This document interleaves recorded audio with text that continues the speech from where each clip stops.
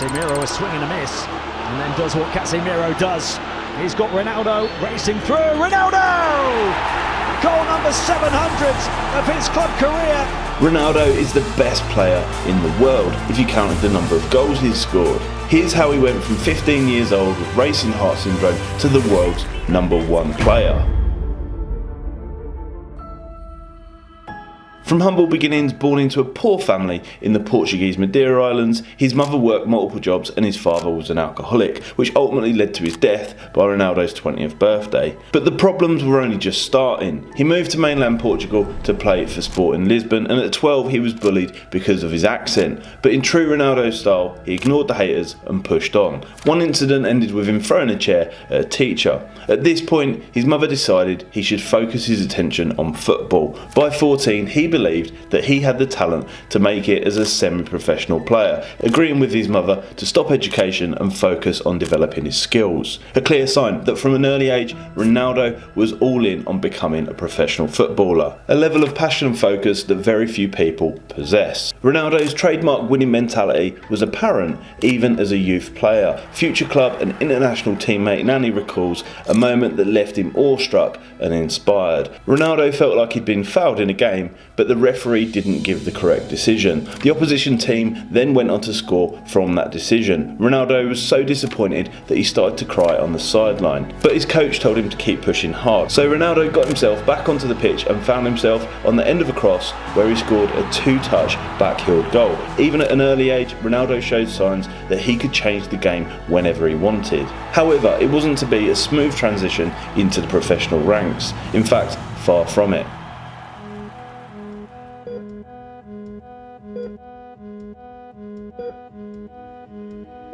Just 1 year later, at 15, he was diagnosed with a heart condition that made his heart beat at over 100 times per minute, even whilst resting. He was rushed in for laser surgery as a result. Now, this could have ended his career before it had even started, but surgery was successful and Ronaldo was determined to be back on the pitch a few days later. His mother claims that this made him run even faster. At the Sporting Lisbon youth team, he breezed through the under-16s, 17s, 18s and B team, and then the first team, all within a single season. He made his first team league debut on the 29th of September 2002 against Braga and scored his first 2 professional goals on the 7th of October in a 3-0 win. The first being a solo run with soon-to-be trademark stepovers and a solid finish, something we associate with Ronaldo today. Over the course of his debut season, there are a handful of potential clubs interested in him, including Liverpool, Barcelona and even Arsenal, which is where he met Arsene Wenger at the training ground in London. Oh, how different things could have been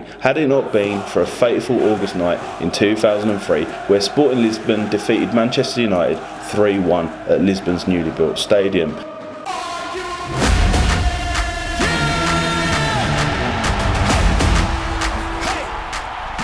Sir Alex Ferguson had initially planned to buy Ronaldo and loan him back to Lisbon for a year, but he was so impressed with his performance that night that he decided to pay just over £12 million.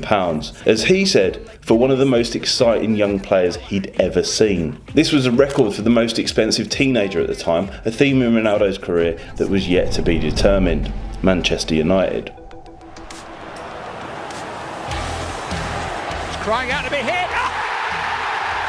So Ronaldo had made it from his little island in the Atlantic Ocean to one of the biggest clubs in the world before he was 18. But this is where the real hard work began. It's where he truly started to shape himself physically and mentally into the best player in the world. Mike Clegg, a former strength and conditioning coach at Manchester United, recalled Ronaldo was, and I quote, the greatest trainer he'd ever worked with. From the moment he stepped through the door, he was dedicated to becoming the best footballer in the world and would do things that most players his age wouldn't even think about. He had his own cook to make sure he was eating the right foods and bought a house with a swimming pool so he could train more. This intelligent approach to his training was a vital element to his development. The attitude towards training is what gave the 18-year-old the belief to tell his teammates that he was going to be the best in the world one day, living up to the legendary number 7 shirt that he war. Teammate Quinton Fortune remembers when Ronaldo would strap weights to his ankles when practicing stepovers so he could perform them quicker in real-time matches. He'd also spend time training alone without spectators so he could have the freedom to practice without being judged. These are little known details that helped Ronaldo push closer to becoming world class, although he didn't get off to the greatest start at United, struggling to adjust for the first 2 seasons. We'll be here in these sumptuous surroundings, preparing to take on the might of Manchester United. The hard work he'd put into his training started to pay dividends at the end of the second season, where he was instrumental in United's 4-0 win against Millwall in the FA Cup final.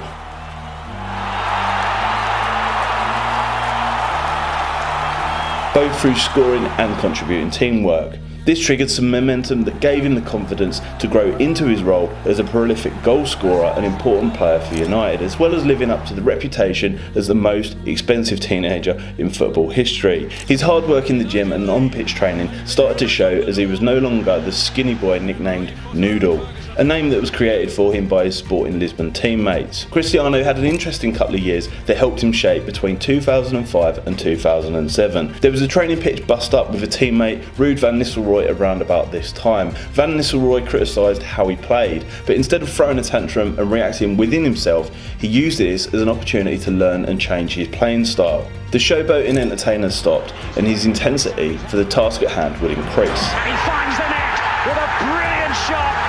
Helping productivity for both the team and himself. And then there was that incident. Look at Rooney there, battling away. And there's a bit of angst going on here. The referee has gone to his pocket. It's red! He sent Rooney off. And then look at this. Look at that. Did he just wink there? It was during the 2006 World Cup where he helped Wayne Rooney, his then club teammate, get sent off by complaining to the ref, before then winking to his bench. It was a clear signal to everyone that he was playing the game, and at the time it made him public enemy number 1 amongst football fans, and so he was subsequently booed at every ground he played thereafter. Got off the mark with a penalty. West Ham a chance 3-1 defeat at the weekend. The tabloids even called for him to be sold and spread rumours about him and Rooney not getting along. But the two put aside their differences, and the season after this drama was Ronaldo's biggest breakthrough under United, breaking through the 20-goal barrier and winning his first Premier League title. Ronaldo showing interest, and a mistake from Kedru, and Cristiano Ronaldo! He showed that even with critics and haters at every away match, he had the mental toughness to press ahead and succeed. Now this is the season where Cristiano really found his momentum in a United shirt. Despite receiving a 3-match ban for headbutting a Portsmouth player early on in the season, Ronaldo managed to bounce back and score 42 goals in all competitions, including redeeming himself against Portsmouth later on that season with that epic free kick. Smash it here. He smashed it into the back of the net. He won many personal accolades, including Players Player, Young Player of the Year, Fans Player of the Year, runner-up in the Ballon d'Or to Kaka, broke United's club record for most goals as a midfielder, beating George Best's 40-year record, won the Premier League Golden Boot, the European Golden Shoe, being the first player to win it as a midfielder. He was named the UEFA Club Footballer of the Year too, and to top it off, he won the Champions League, where he scored a goal in the final and was named the Champions League top goal scorer. This was the start of the most dominant period of his career to date. His professionalism and desire to win had been rewarded with personal and team accolades, and it had made so much noise that Real Madrid come knocking. But he wasn't finished at Manchester United yet. Wayne Rooney. Ronaldo! It's one of the great Old Trafford comebacks. In the 2008-9 season, despite missing 10 weeks of action, he scored his 100th goal for United against Stoke in style with a long-range free kick. Oh, Sorensen! What a mistake! This wasn't to be his only long-range effort to find the back of the net that season, as he managed to score memorable goals against Porto and Arsenal in the Champions League as well. Now Ronaldo. Long way out. What a goal! Too far for Ronaldo to think about it. Oh! The Porto strike won him another personal trophy, being the first recipient of the Puskas Award for Best Goal of the Year. Perhaps his most significant achievement that year was to win the Ballon d'Or for the first time in his career, cementing his beliefs that he'd told himself previously on arrival at Old Trafford. It was to be his final season at Manchester United, where he finished with 26 goals and a hefty price tag. Real Madrid coming to buy him for another world record fee, this time at £80 million. A su nueva casa. Hoy recibimos a Cristiano Ronaldo. His unveiling as a Madrid player drew over 80,000 people, the largest crowd for a player since Diego Maradona. Cristiano Ronaldo had cemented himself as one of the biggest players ever, but could he live up to the new challenge that a new country and league presented him? In short, yes. Ronaldo was more dominant than ever at Madrid. This is where his rivalry with Messi also flourished, as playing in the same league as each other added an extra dynamic, pushing each other to their real full potential, because comparisons to one another were going to be inevitable. The only way that either of them could prove that they were the best in the world was to outperform each other week in, week out. Moves inside Ronaldo! And old boy did Messi push Ronaldo. Over the next 9 seasons at Madrid, Ronaldo's playing style would vary from centre forward to winger to false 9, which allowed him to average 50 goals a season. During this time, he helped Madrid win an astonishing amount of trophies too. 4 European Champions League Cups, 3 Club World Cups, 3 UEFA Super Cups, 2 La Liga titles, 2 Copas del Rey and 2 Spanish Super Cups. Ronaldo also won back-to-back Ballon d'Ors in 2013 and 14, and again in 2016 and 17. But Ronaldo was just starting to live out his dream as becoming the best player in the world and possibly the best in his generation. This young lad from Madeira had grinded almost every single day to make sure he stayed on the top of his game. Teammates and coaches always praised his professionalism and competitive mentality. Mourinho said that Ronaldo is a phenomenon who only thinks about winning and improving, and over the 9 seasons at Madrid, he certainly proved it. When Ronaldo left Madrid in 2018, he left there as their all-time top goal scorer with 450 goals in 488 appearances. The second top goal scorer is 2022's Ballon d'Or winner Benzema, with over 100 goals behind him. As well as winning team trophies, he won over 40 major individual accolades during this time at Madrid. Yes, 40, over 4 a year. 4 of them being the prestigious Ballon d'Or, whereas the average player does well to win 1 in their career. Even well into his 30s, buying Ronaldo demanded a fee of over €100 million, which is astonishing as most players are considered past it at that age. Juventus forked out the cash and Ronaldo had a new challenge ahead. Juventus 2. Pjanic.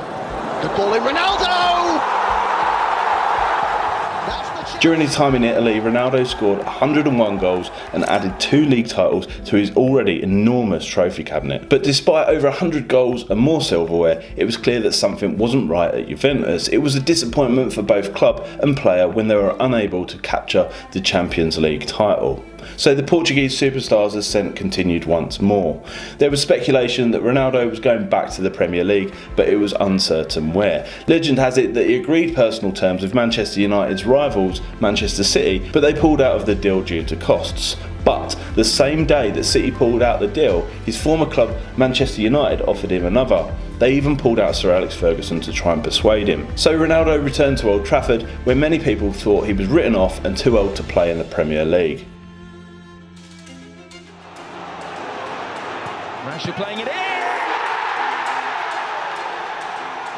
He soon silenced them critics with his 800th career goal, and to shut them up even more, he broke the record for the most goals scored by a professional player, the previous record holder being over 70 years old. Not to mention his 700th club goal against Everton. Surely he's not done yet. Whilst thriving at club level, Ronaldo has had an incredible international career with Portugal. He made his debut as an 18-year-old, coming on against Kazakhstan in a friendly where he impressed the coaching staff. He was given a call-up for the 2004 Euro tournament, where he scored his first goal for his country against Greece. In this tournament, he'd get his first experience of international heartbreak, where Portugal were defeated by Holland. Ronaldo was extremely hard on himself, and it's reported that rather than taking a break after, he immediately doubled down on his training regime. Former Portuguese teammate Gomes remembers that he was very different to any other young player we had seen coming up to the national team before. He always impressed us with his skills, his desire to be better every day, and the desire to improve and learn. He has always been a player looking to learn more. When he first joined the group, he would like to talk and listen to older ones. We often stayed after training practicing our shooting together. Now, this is a common theme throughout Ronaldo's playing career, but even at international level,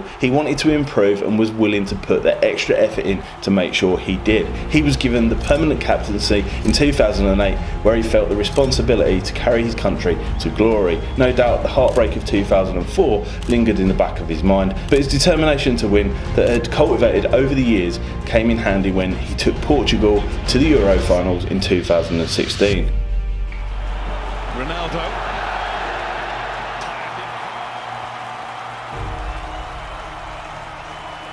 Although he was forced off with an injury, he encouraged the team from the sideline. The passion he showed gave the team confidence, and they won a 1-0 upset victory against heavy favourites France.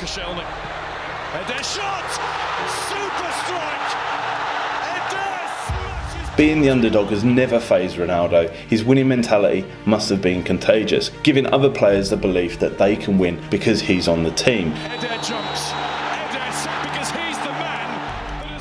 During the span of over 19 years, Ronaldo has become the top international goal scorer of all time with 117 goals, which also makes him the top Portuguese goal scorer of all time too. Ronaldo's club career has been nothing short of spectacular. He's broken heaps of records, scored the most goals, and brought happiness to millions of fans. I don't think it's misplaced confidence when he said, "I've never seen anyone better than me. I've always thought that no footballer can do things that I can. There's no player more complete than me. I play well with both feet, I'm quick, powerful, good with the head, I score goals, I make assists. There are guys who prefer Neymar or Messi, but I tell you, there's no one more complete than me." His self-belief, mental toughness, willingness to face adversity, and overall attitude are what has made Cristiano Ronaldo the best player in the world, and perhaps the greatest player of all time. But not all have been as fortunate, like this story in the next video, so check it out now.